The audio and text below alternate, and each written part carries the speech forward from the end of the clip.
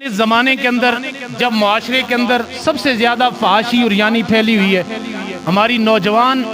بچے تو بچے، ہماری بچیاں بھی، امت مسلمہ کی وہ بچیاں جن کے اوپر یہ بھی قرآن نے کہا تھا کہ وہ اپنا پازیب بھی اس طرح سے پہنے، بل یضربن بارجلہن لیعلم ما یخفین من زینتہن، فرمایا کہ وہ اپنی پازیب کی آواز بھی ان کی گھر کے اندر اتنی زیادہ نہیں کھنکھنانی چاہیے کہ باہر سے گزرنے والا مرد ان کی اس کی آواز کو سن لے۔ قرآن نے تو اس حد تک کہا تھا کہ وہ اپنا پاؤں زمین کے اوپر زور سے نہ ماریں کہ ان کی اس آواز کو باہر جاتا ہوا گزرتا ہوا مرد نہ سن لے۔ وہی ہماری بہنیں بیٹیاں جب آج سوشل میڈیا کے اوپر ناچ گانے کی ویڈیو بنا کے وہ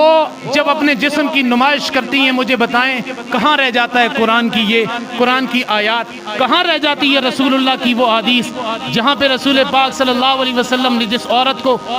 پردے کا حکم دیا تھا، کہاں رہ جاتا ہے؟ ہمارے مردوں کو پردے کا حکم دیا تھا، آج وہ مرد اپنا پردہ بھول چکے ہیں۔ آج ہمارے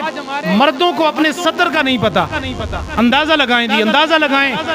میرا چونکہ یہ نتھیا گلی اور ان علاقوں کے اندر آنا جانا اسکول کے حوالے سے لگا رہتا ہے،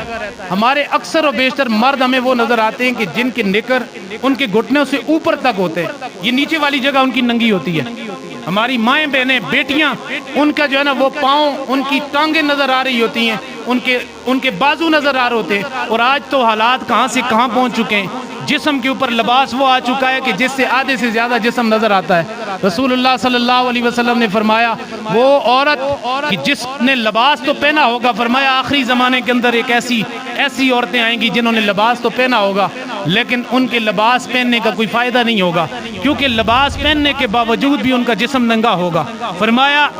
اس وقت آپ نے فرمایا کہ جنت کی خوشبو قریب سے آ رہی ہوگی، لیکن فرمایا ایسی عورتیں جنت کی خوشبو تک بھی نہیں سونگھ سکیں گی، خوشبو تک نہیں سونگھ سکیں گی۔ میں بات کر رہا تھا